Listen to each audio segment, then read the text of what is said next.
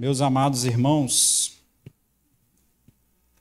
eu vou convidar você a abrir a sua Bíblia em Deuteronômio. Deixa eu colocar aqui meu relógio. Deuteronômio capítulo 6, versículo 12. Nós vamos ler somente um versículo.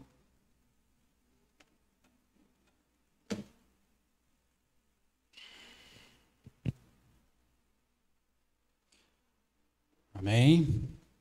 Deuteronômio capítulo 6, versículo 12, diz assim: Tenham o cuidado de não esquecerem Deus, que os tirou do Egito, onde vocês eram escravos. Vamos ler novamente? Tenham o cuidado de não esquecerem Deus, que os tirou do Egito, onde vocês eram escravos. Amém? Você pode se sentar.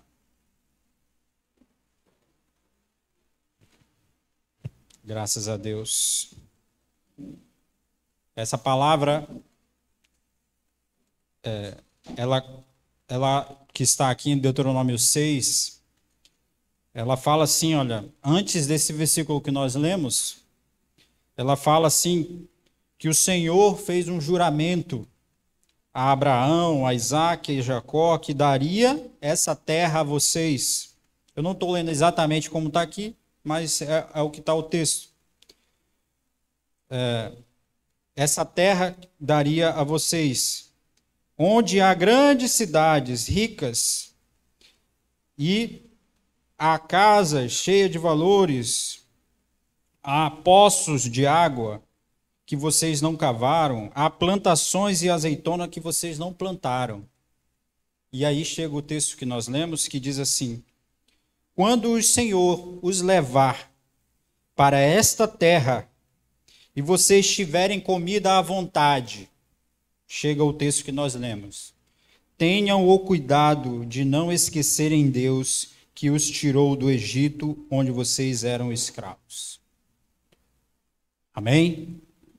Então, esse é o contexto da palavra que nós lemos no texto imediatamente anterior. Moisés está dizendo ao povo: olha, Deus vai dar uma terra a vocês. E essa terra tem muitas coisas, tem muitas bênçãos, tem casas, tem água, tem plantações, tem riquezas. Vocês vão ter comida à vontade. Mas ele fala: tenham o cuidado de não esquecerem Deus, de onde Deus os tirou, que foi do Egito, onde vocês eram escravos. E aí, nessa noite, Deus colocou no meu coração de falar sobre isso. Não se esqueça o que Jesus fez e de onde ele tirou você. Durante essa semana, o que veio no meu coração para trazer os irmãos, na verdade, é o tipo de coisa mais difícil que tem, que é: fala ou fale somente aquilo que todos já sabem. Então, eu não vim trazer aqui novidades. Eu vim falar daquilo que eu e você já sabemos. Nós já sabemos de tudo isso que nós vamos falar. Mas talvez nós tenhamos esquecido. Talvez alguém tenha esquecido de alguma verdade tão simples e tão repetida que é falar que Jesus nos tirou de um lugar.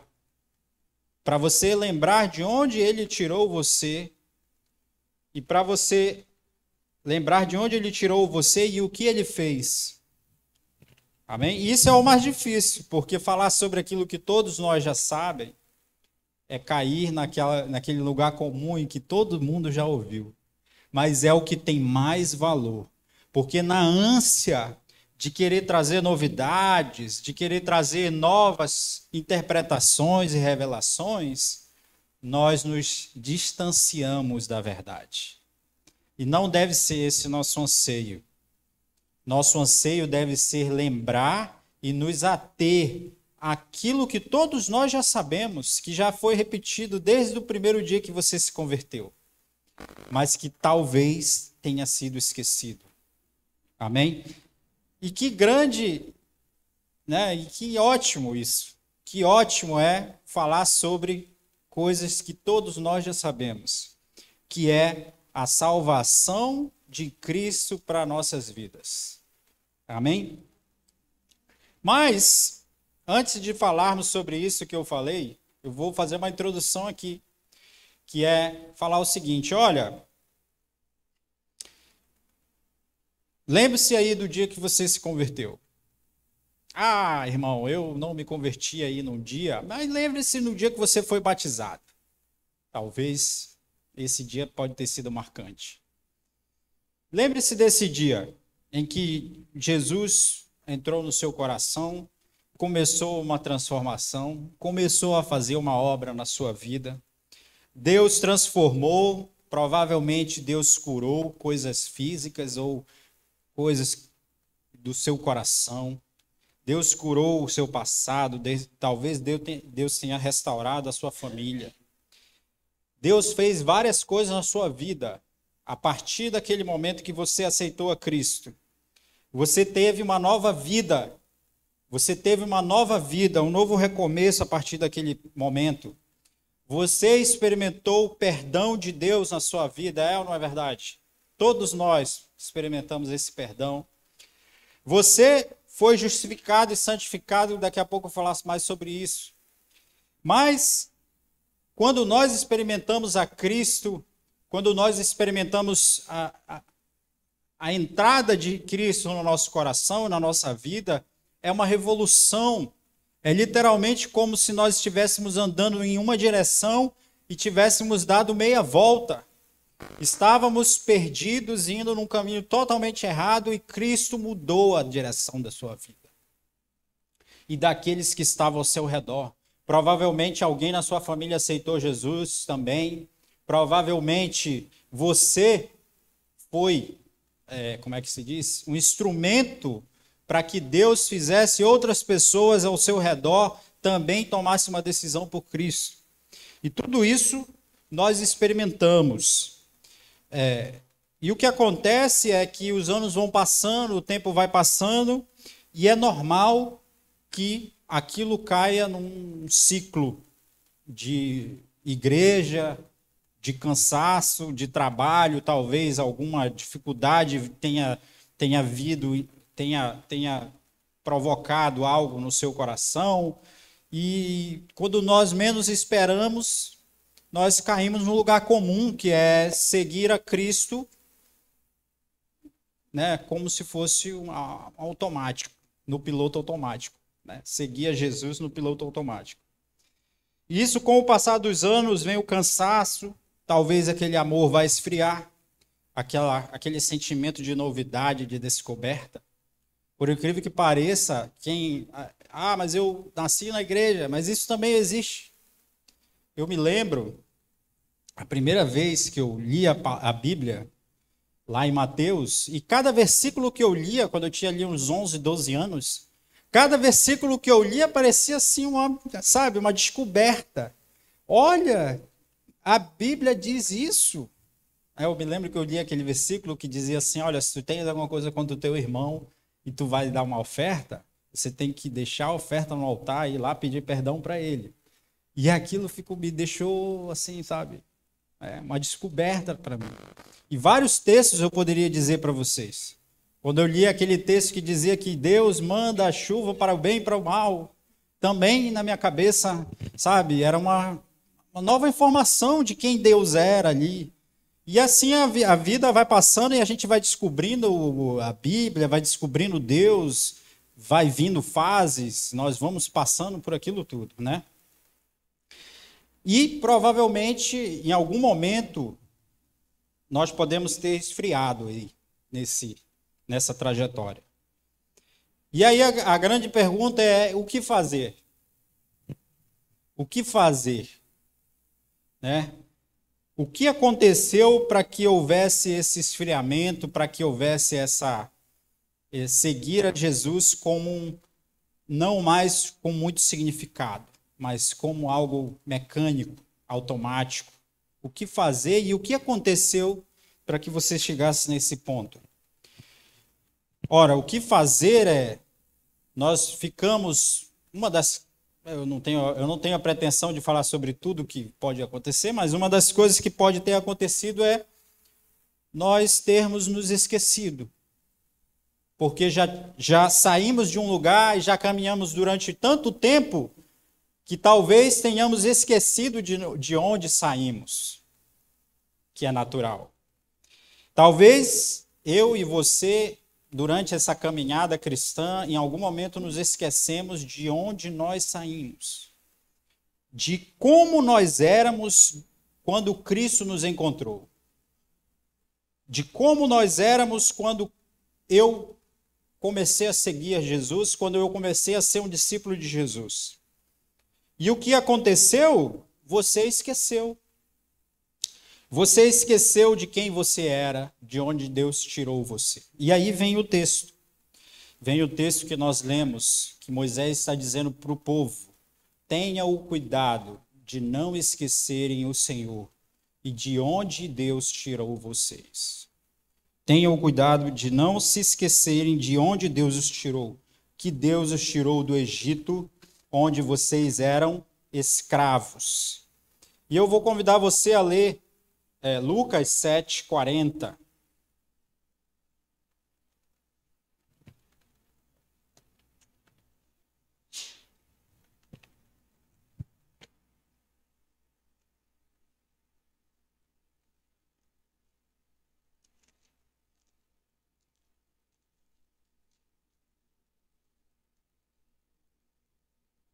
Eu não vou ler todo o que aconteceu aqui, então a gente vai direto ao ponto que está aqui em Lucas 7:40, diz assim: Jesus disse ao fariseu: Simão, tenho uma coisa para lhe dizer. Fale, mestre, respondeu Simão. Jesus disse, preste atenção: 2 homens tinham uma dívida com um homem que costumava emprestar dinheiro. Um deles devia 500 moedas de prata e o outro 50. Mas nenhum dos dois podia pagar ao homem que havia emprestado. Então ele perdoou a dívida de cada um. Qual deles vai estimá-lo mais? Tem uma versão que diz: qual deles vai amá-lo mais? Amá-lo. 43. Eu acho que é aquele que foi mais perdoado, respondeu Simão. Você está certo. Então virou-se para a mulher e disse a Simão: Você está vendo essa mulher? Quando entrei, você não me ofereceu água para lavar os pés, porém ela os lavou com suas lágrimas e os enxugou com seus cabelos. Você não me beijou quando cheguei, ela, porém, não para de me beijar os pés desde que entrei.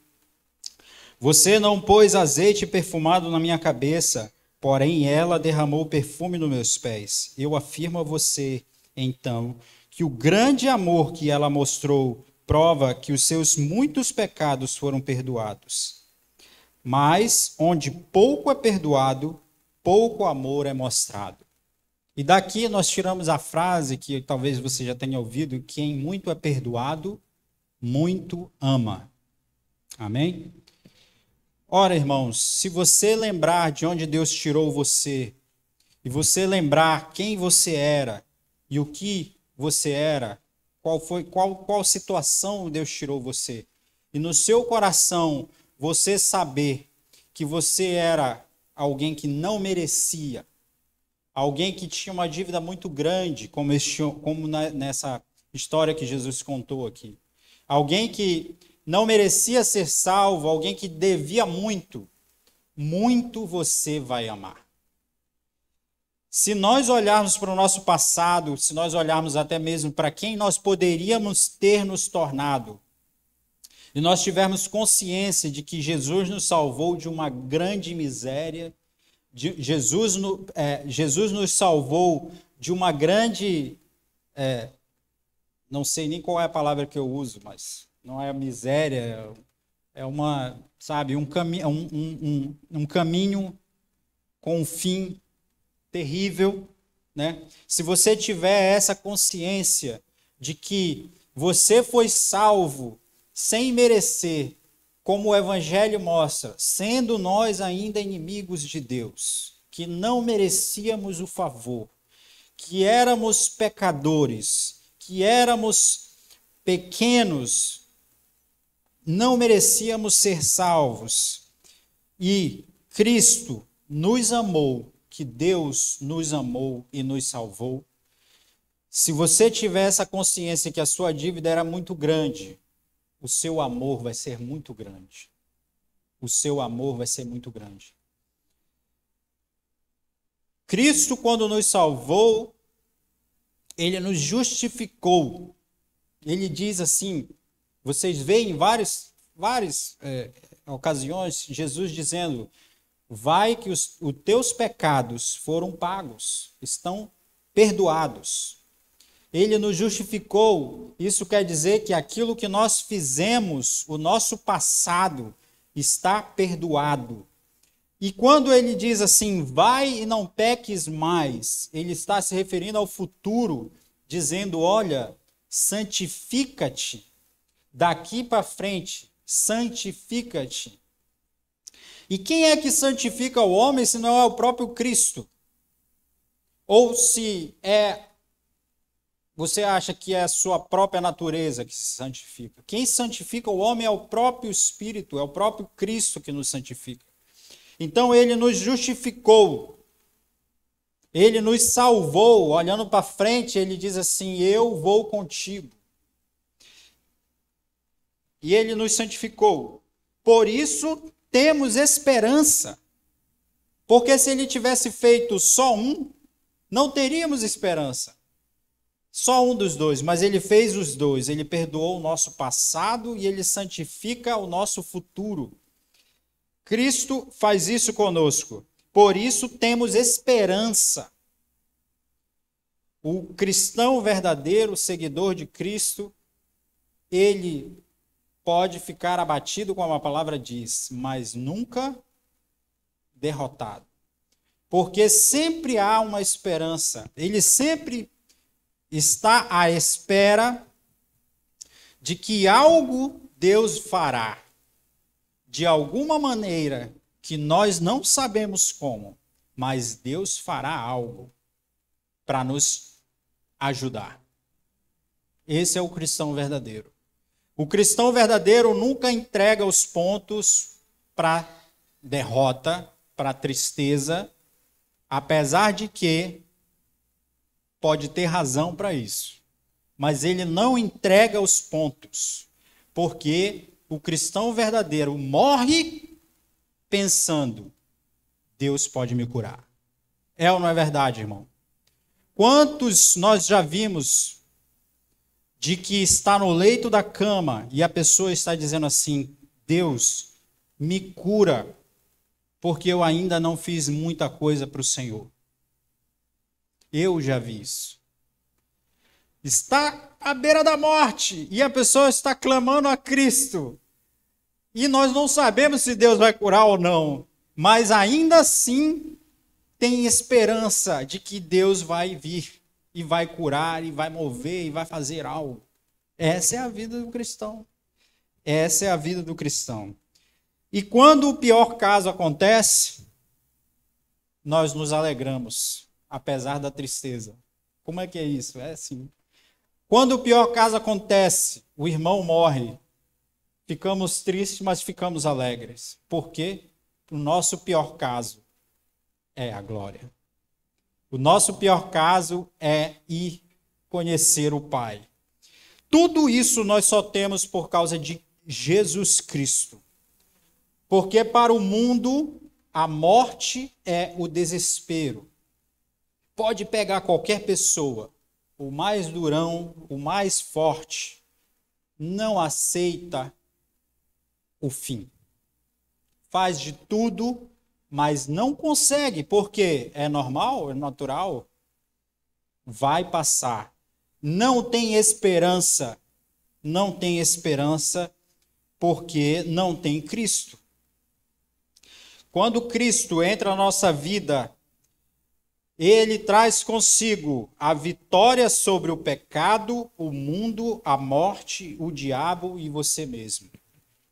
Ele nos entrega a vitória sobre a morte, porque agora podemos até morrer, mas não é o nosso fim. Ele nos dá a vitória sobre o mundo, porque o mundo ainda governa, mas ele não tem domínio sobre mim. O pecado, porque ainda pecamos, mas não somos dominados pelo pecado. O diabo, que ainda nos tenta, que ainda nos acusa, mas não tem poder sobre nós. E talvez o maior inimigo, que é você mesmo, nós mesmos. Como assim, irmão? Exatamente. Nós mesmos. A carne, o eu, ele também nos traz vitória sobre isso, porque quando nós estamos entregues ao próprio eu, meu amado, o seu próprio desejo é quem vai destruir você. O nosso desejo, o desejo humano, o desejo carnal, leva você para a morte. Então, quando Cristo entra na nossa vida, ele traz vitória sobre todas essas coisas. Ele traz vitória sobre tudo isso que eu disse. E outras coisas aí que eu não disse, mas ainda tem mais. Amém? E ele nos resgata de todos esses inimigos que nos assombram, que nos tenta, que nos envolvem diariamente. Irmãos, e tudo isso é para mostrar que Jesus nos dá todas essas coisas. E onde nós estaríamos se Jesus não tivesse nos salvado? Se Jesus não tivesse nos encontrado? Onde estaria eu se não estivesse com Cristo? Porque a razão de eu estar dizendo tudo isso que ele já nos deu, e se ele não deu, ele pode dar isso para você nessa noite. Amém? É para lhe lembrar de que se não houvesse Cristo, você estaria com todos esses inimigos e com todos esses problemas na sua vida. Você não teria sido justificado nem santificado, e você não teria vitória sobre todas essas coisas, você seria, muito pelo contrário, você seria derrotado pelo mundo, pelo pecado, pelo diabo, pelo eu. Por todas essas coisas, você estaria perdido. Nós estaríamos perdidos. E eu quero convidar você, lembra aí quem era você. Lembra aí quem era você, mas não para trazer sentimento ruim. É muito pelo contrário, é para saber que Deus hoje mudou a sua vida. Lembra de onde Deus te tirou e que Ele tirou, como está no texto que nós lemos, de uma vida de escravidão. Lembra de onde Deus te tirou, para trazer gratidão a Deus. Essa lembrança é para saber o que Deus já fez na sua vida. Além de tudo isso, que Deus nos livrou, que Deus nos deu vitória, Deus nos deu um propósito. Deus nos deu uma razão de viver. E essa razão não é mais aquela razão que muitas pessoas têm, que é viver para riquezas, para os desejos, que é viver para coisas fúteis e úteis, sei lá. O que mais tem hoje, pessoal, desculpa o pessoal, né? É mania já. Mas o que mais nós vemos hoje é influenciadores, e todos eles são muito cínicos, são muito mentirosos. É verdade. São muito mentirosos. Escondem, maqueiam as suas verdadeiras intenções porque não podem dizer. São muito cínicos e mentirosos ao dizer, todos eles falam a mesma blá, blá, blá. Você pode pegar. Todos eles falam o mesmo blá, blá, blá. A missão da minha vida é ajudar as pessoas a encontrar, sei lá o quê. Aí preenche aí com qualquer coisa. É mentira. Você vê a pessoa sempre, né? Os influenciadores aí com sei lá quantos milhões de seguidores. Todos eles falam a mesma coisinha bonita que é A missão da minha vida é ajudar as pessoas a realizarem os seus sonhos, não sei do que, não sei o que. Cinismo puro. Porque a missão da vida dele não é nada disso. Ele fala isso para você achar que ele é uma pessoa boa. Porque depois ele vai vender um curso para você. Né? Mas a missão da vida dele é ganhar dinheiro. Simples.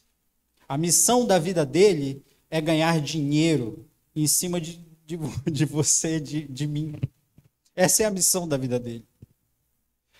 Né? E a gente vê por aí o cinismo de o propósito da minha vida, o propósito não sei do que, o propósito não tem propósito nenhum, irmão.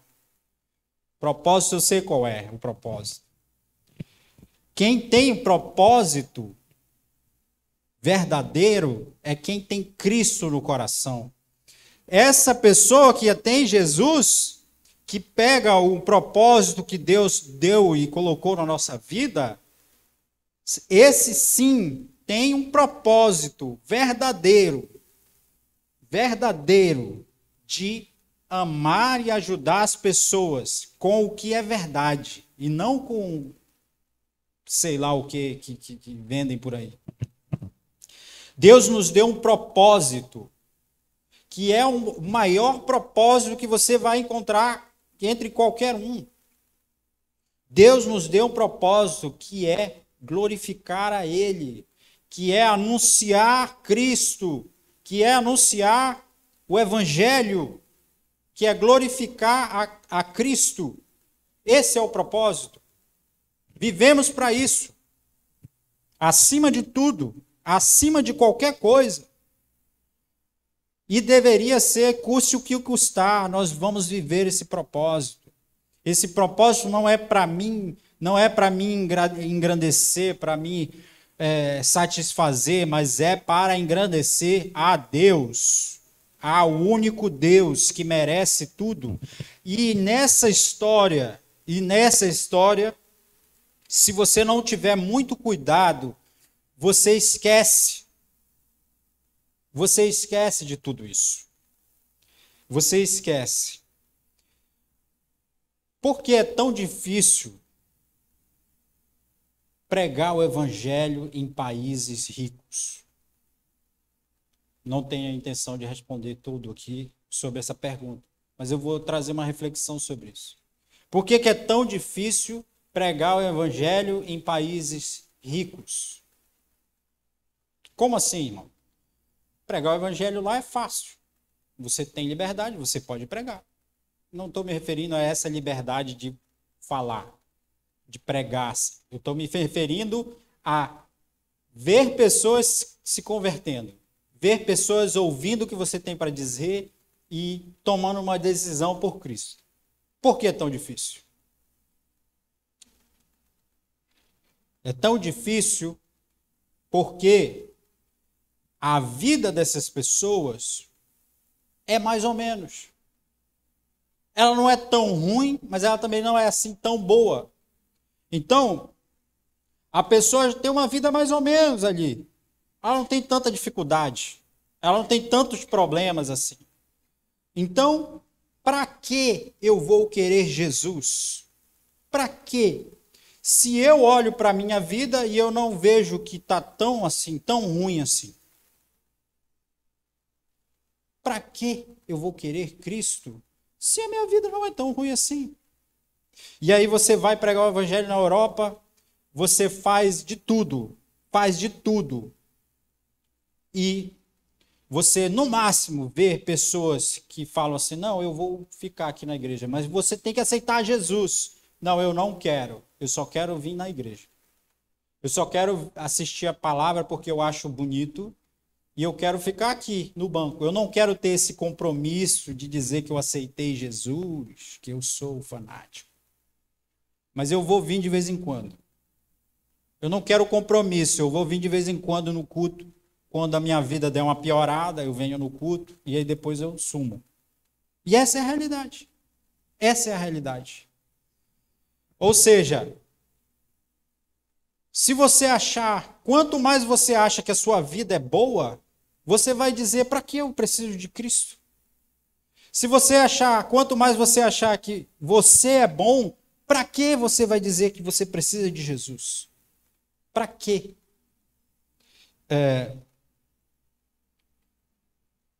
A mesma coisa pode acontecer conosco. Durante a nossa caminhada cristã, em algum momento, nós podemos nos esquecer de quem nós éramos e achar que nós somos bons.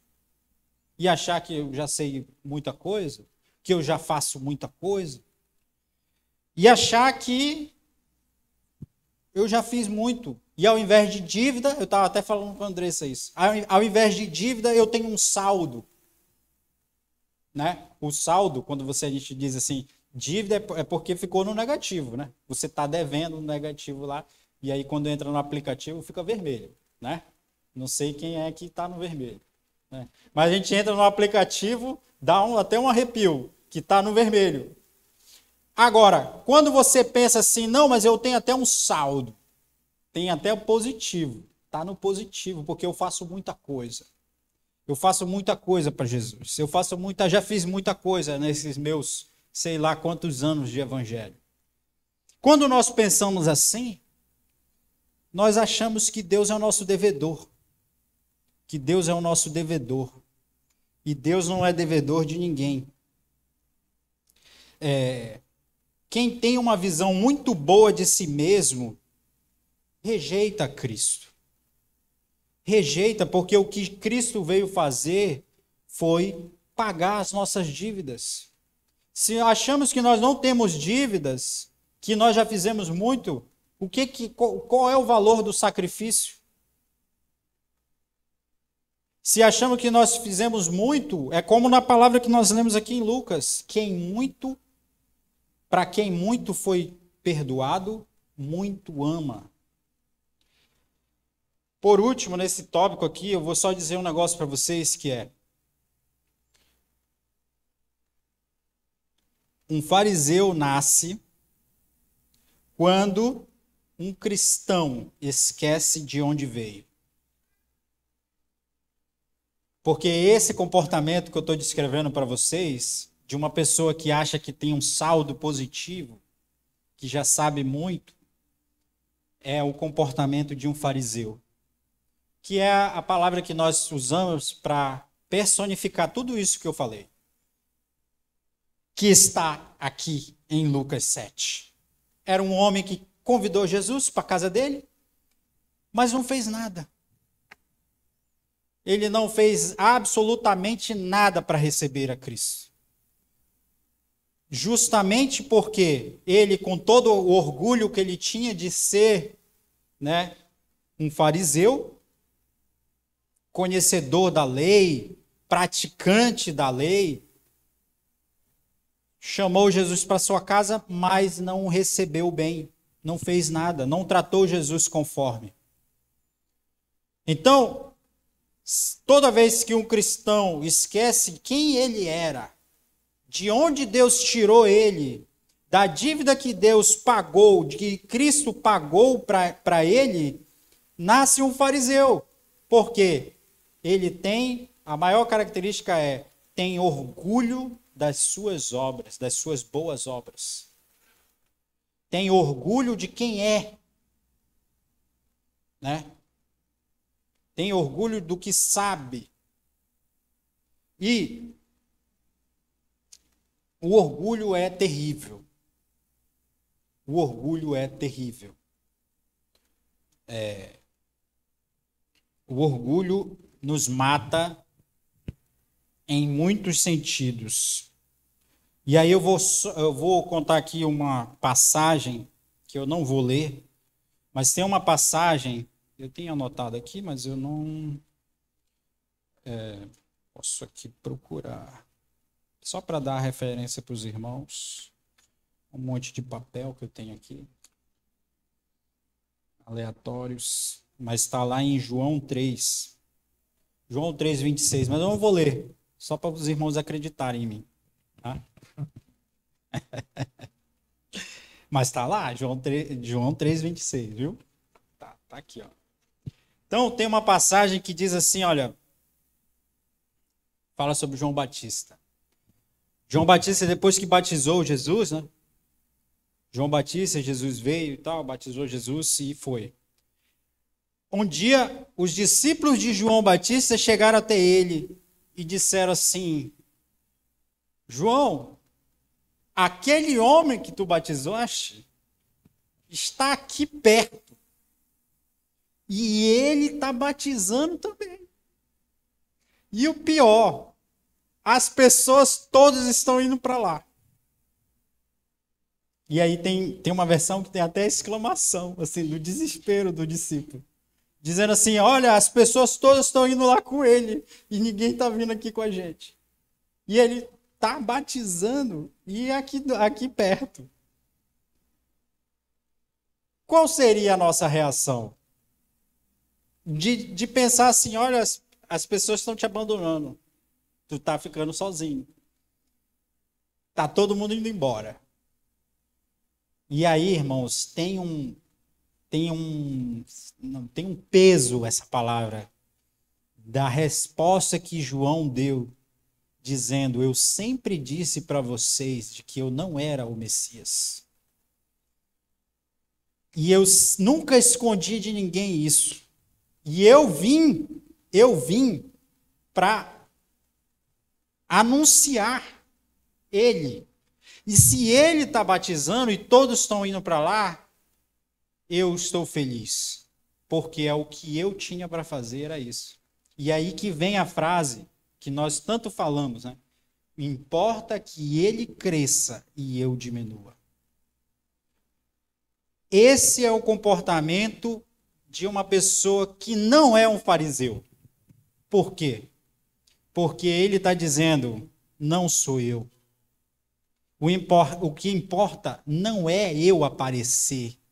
O importante não é que as pessoas venham aqui me ver para que eu batize elas. O importante é que as pessoas conheçam a Cristo e eu não preciso aparecer. Esse é um exemplo para nós, porque o fariseu só faz se ele aparecer. Quando ele está em evidência, para mostrar o quanto ele é bom. Mas por quê? Por causa do orgulho. E esse orgulho, ele só nasce no nosso coração porque nós fazemos coisas boas. Ninguém tem orgulho de fazer coisa errada. E esse é o perigo, quando nós achamos que nós somos melhores do que alguém. Essa semana, eu estava conversando com alguém. Eu estava conversando com uma pessoa cristã. E ele estava me dizendo de uma situação que não é aqui da nossa igreja. E ele estava me relatando que lá, nesse lugar, ele dizia que as pessoas falavam assim, que eles eram escolhidos. As pessoas da igreja eram as pessoas escolhidas por Deus. E que os demais não eram os escolhidos. Irmão, aquilo me deixou, sabe, uma tristeza, sabe? De saber que tem gente que pensa isso. Porque, tudo bem que o que eu quero fazer você pensar é, nesse caso, essas pessoas, elas estavam se achando melhores do que as outras, porque eles eram os escolhidos, vocês estão entendendo? Não estou dizendo que Deus não te escolheu, que Deus não escolheu eles. Mas se isso for base para você dizer que você é escolhido e os outros não, e isso for orgulho para você, isso está errado. Quer dizer, eu sou escolhido, eu sou melhor, porque eu estou aqui, e os demais, os perdidos, não estão. Se for esse o sentimento que vem no nosso coração, está tudo errado. Está tudo errado. O sentimento que nós temos que ter é um sentimento de eterna gratidão a Cristo. Por ter pago algo que, se eu tentasse pagar a minha vida inteira, de todas as formas como Paulo fala, dando a minha vida para isso, fazendo aquilo, não seria capaz de pagar. Eu não teria capacidade de pagar. o que Cristo fez por mim. Então eu não vou levantar a minha cabeça, achar que eu sou alguém. Porque o dia que isso acontecer, eu serei como esse fariseu aqui do texto. Mas para terminar, eu quero convidar você a abrir a sua Bíblia em Filipenses, capítulo 2.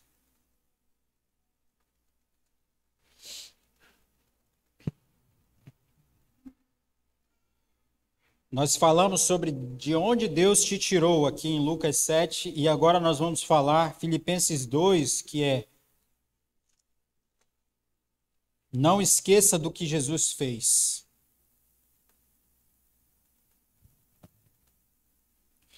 Filipenses 2, versículo 6. E nós vamos ler do 6 ao 11. Amém? Filipenses 2, 6. Diz assim. Ele está se referindo a Jesus. Ele tinha a natureza de Deus, mas não tentou ficar igual a Deus. Pelo contrário, ele abriu mão de tudo o que era seu e tomou a natureza de servo, tornando-se assim igual aos seres humanos e vivendo a vida comum de um ser humano. Ele foi humilde e obedeceu a Deus até a morte de cruz. Por isso Deus deu a Jesus a mais alta honra e pôs nele o nome que é mais importante de todos os nomes, para que, em homenagem ao nome de Jesus, todas as criaturas no céu, na terra e no mundo dos mortos caiam de joelhos e declarem abertamente que Jesus Cristo é o Senhor, para a glória de Deus, o Pai. Amém? Então nós falamos assim, olha, lembra-te de onde Deus tirou você. Agora não se esqueça do que Jesus fez por você, para te salvar. E nós lemos esse texto que fala o que Jesus fez por nós, que foi ter renunciado à sua glória e vindo viver aqui nessa terra quebrada, pecaminosa, ruim, errada, com maldade e tudo mais. Jesus veio viver, como o texto diz, e viver a vida comum de um ser humano. Não veio viver como um rei, não veio viver como um rico, mas veio viver a vida comum, como nossa vida é. Jesus viveu cerca, dizem, de 33 anos. Por 30 anos, Jesus viveu uma vida praticamente desconhecida, como uma pessoa normal, como uma pessoa comum. Esse texto nos mostra que Jesus não tinha nenhum tipo de facilidade porque ele era filho de Deus, como por aí dizem. Eu já vi muita coisa aí, né? Você já deve ter ouvido que Jesus fazia milagres. Jesus era filho do carpinteiro, mas ele fazia milagres. Isso é loucura, tá? Isso é loucura. Jesus veio viver uma vida normal, comum, cansativa como a nossa vida é, com problemas como a nossa vida é. Isso é o que a palavra nos mostra. E depois de 30 anos, Jesus viveu uma vida de perseguição. Jesus viveu uma vida de perseguição sem parar. Quer dizer, desde quando Jesus nasceu já foi uma perseguição, porque o diabo queria matar Jesus desde o seu nascimento. E aí, fuga, e Jesus, para vocês terem uma ideia, poderia, porque isso é uma interpretação, mas poderia ter uma fama de filho bastardo, porque aquele que é normal não ia acreditar que Maria deu à luz a um filho do Espírito Santo. Jesus poderia ter tido a fama de ter sido um filho bastardo, fora do casamento. Fuga logo no início, e uma vida de mudanças e uma vida criada numa cidade que não tinha absolutamente nada. Porque não foi criado nos palácios, não foi criado em uma cidade como Jerusalém, mas foi criado numa cidade de onde era o interior. Era o interior, dizendo assim, alguém que pressa pode vir dessa cidade aí, que Jesus, eu não vou dar nenhum exemplo aqui, né? Para não, vai que eu cito aqui uma cidade aí, eu uso o irmão, e vou ofender o irmão aí, né? Aí talvez aí, ó, Argentina, mas a Paula é argentina, não posso falar da Argentina, né? Mas assim, ele veio de uma cidade desconhecida, de uma família desconhecida, viveu uma vida comum e cansativa para depois experimentar 3 anos de perseguição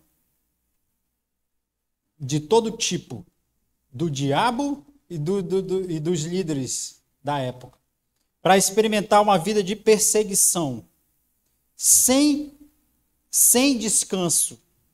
Sem descanso, dia e noite e dia, Jesus sendo perseguido, a ponto de que Jesus teve que sumir várias vezes, que senão as pessoas já teriam matado ele antes. Ele teve que sumir, porque senão já estavam pegando as pedras para matá-lo, antes da hora, a perseguição. Jesus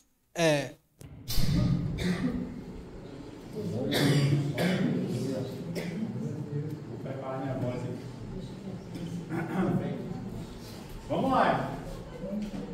Isso é um privilégio, hein? Agora ninguém mais vai esquecer. Mas isso é um privilégio. Então, Jesus,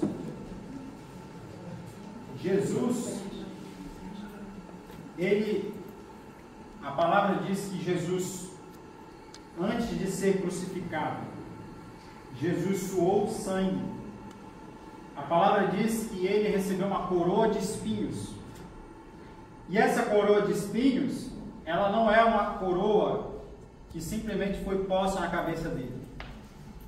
Mas tudo leva a crer que colocaram uma coroa de espinhos e depois bateram com uma vara para que aquela coroa entrasse na cabeça dele.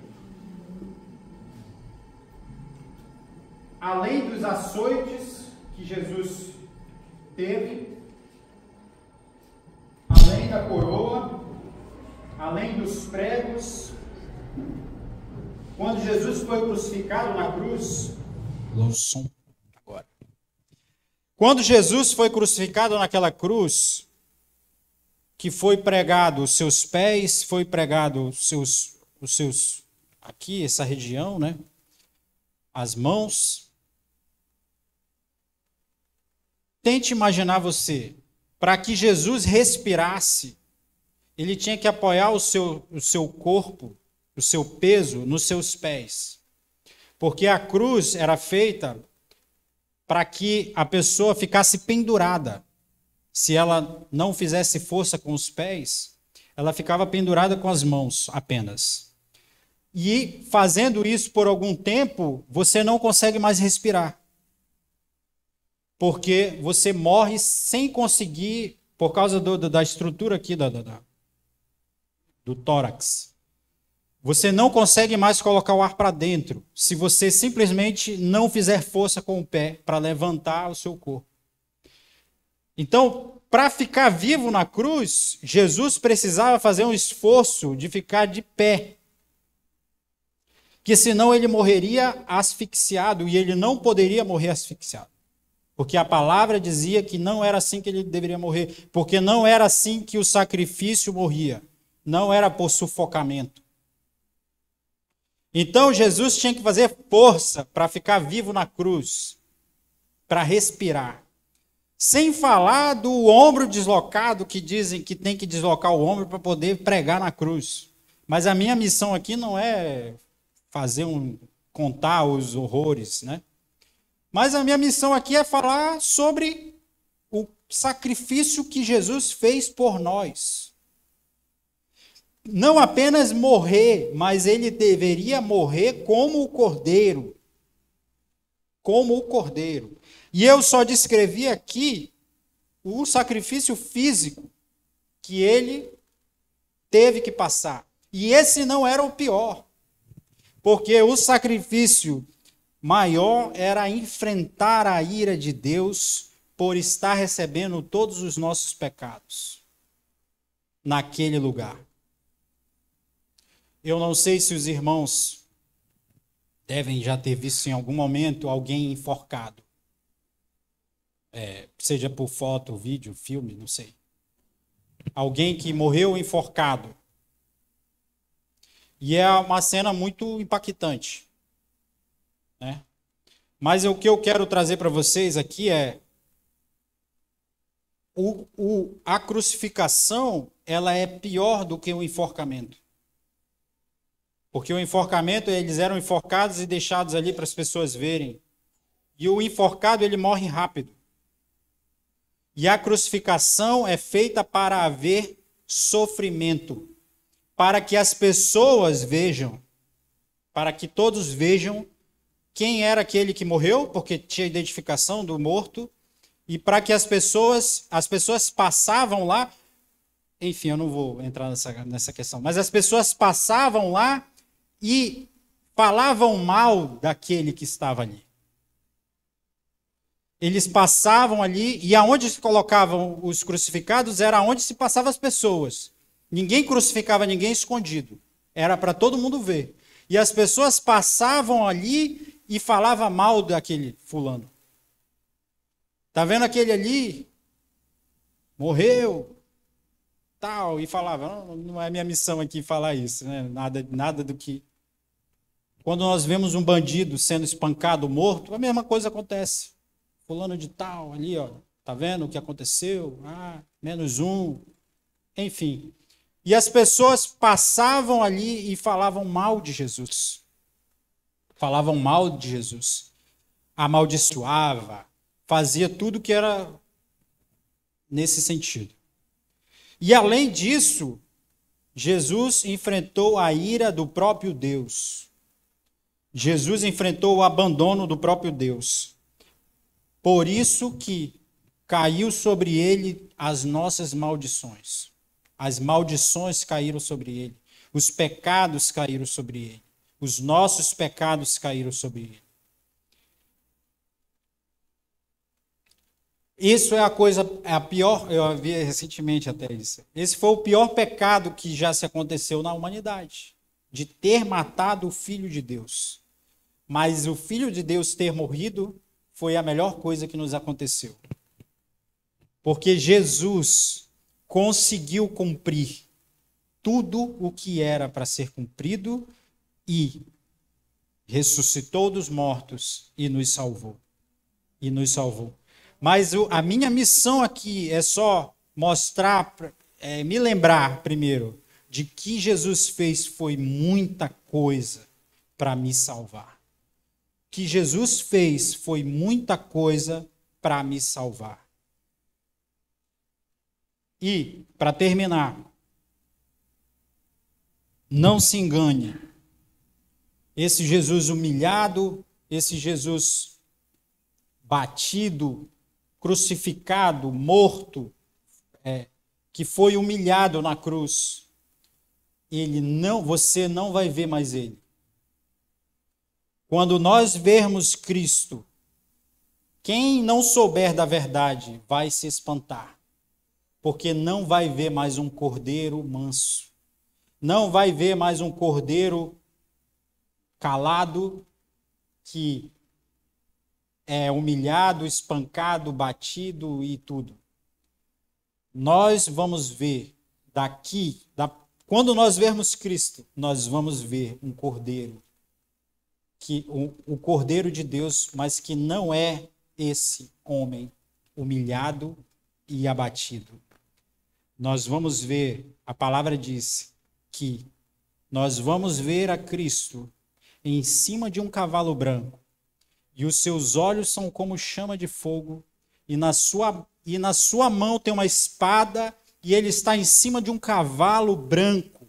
Quando nós virmos a Cristo, se você não souber a verdade, talvez você não vai reconhecer. Porque o Cristo que nós vamos ver é o leão da tribo de Judá. Quem está com ele ficará feliz. Quem não está com ele vai temer. Porque ele vai, a Bíblia diz, Jesus virá com grande poder e glória. Eu sempre falo a mesma coisa, e eu acho que não tem problema, porque eu falo de vez em quando. Eu sempre falo a mesma coisa, que é o seguinte: nós não temos ideia do que é esse poder e glória. Nós não temos ideia. João, quando está lá no final de Apocalipse 20, 21, vê um anjo e diz, vou morrer. E se ajoelha para adorar o anjo. E o anjo diz, não faça isso, eu sou só um anjo. Eu sempre falo isso. João achou que ia morrer porque viu a glória de um anjo. E ele disse, não, eu sou criatura como você é. Imagina, irmão, quando nós vermos a esse Jesus que já está ressuscitado e está esperando para buscar a sua igreja. Imagina, não vai ser mais como muitos que colocam Jesus. Eu não estou me desfazendo do que ele fez, mas você vai em alguns lugares, você entra e tem lá um Jesus que está literalmente morto, né? Que é inofensivo, que está ali entregue. Vocês sabem do que eu estou falando. Você olha para aquele homem e você diz assim, é esse homem? Esse homem já fez. Hoje ele está vivo. E a palavra diz que ele é o Cordeiro, mas ele tem todo o poder. Nós lemos aqui, ele tem todo o poder nos céus e na terra, no mundo dos mortos e toda criatura. Que todos caiam de joelhos e declarem abertamente que Jesus Cristo é o Senhor.